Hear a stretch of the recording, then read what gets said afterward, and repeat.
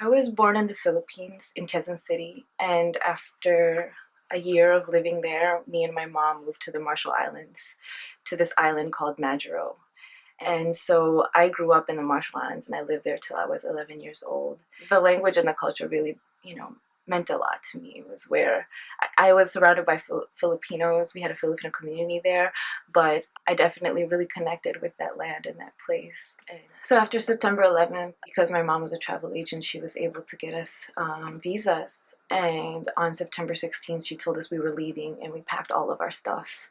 And so when a disaster happens in the United States, everybody else is affected. Nobody thought about the food and the resources that were being depleted or not able to be sent to Pacific Islands or other islands. I'm sure this has happened globally, but we felt that there was no other option but to leave because other people would be needing those resources. And also we wouldn't know what the future of the Marshall Islands would be if travel was reduced. My mom was a travel agent. She would have lost her job. So many airlines stopped. The number of airlines that would go to our island reduced. And it completely shifted the economy. Even if Stephanie wanted to return home, the Marshallese Islanders are facing an unprecedented crisis. A number of the Marshall Islands are sinking.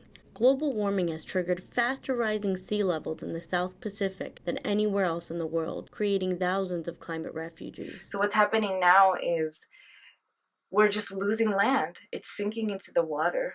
Our island is sinking, and the waters are rising. The waters are becoming more violent. There is no support from the people that colonize us. They're the ones that are looking away, and they're the ones that are enhancing their immigration laws to be more restrictive, and they're accountable to us. These colonizers have damaged our community so much, and nobody's talking about climate refugees.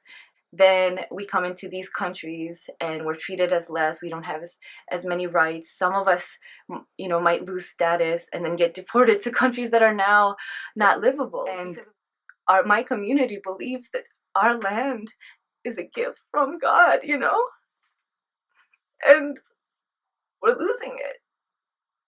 And we're not large enough in number, and we're not large enough in power for people to even recognize that. But our communities in this country, and they're lost, and there's no support for them. There's no funding for the work that we're trying to do of just even upliftment of our communities, or even language access, and we're in a very desperate place.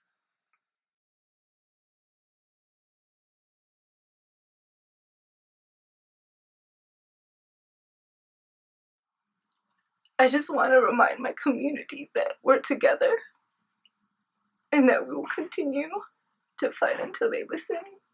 And even if they don't, we will still continue.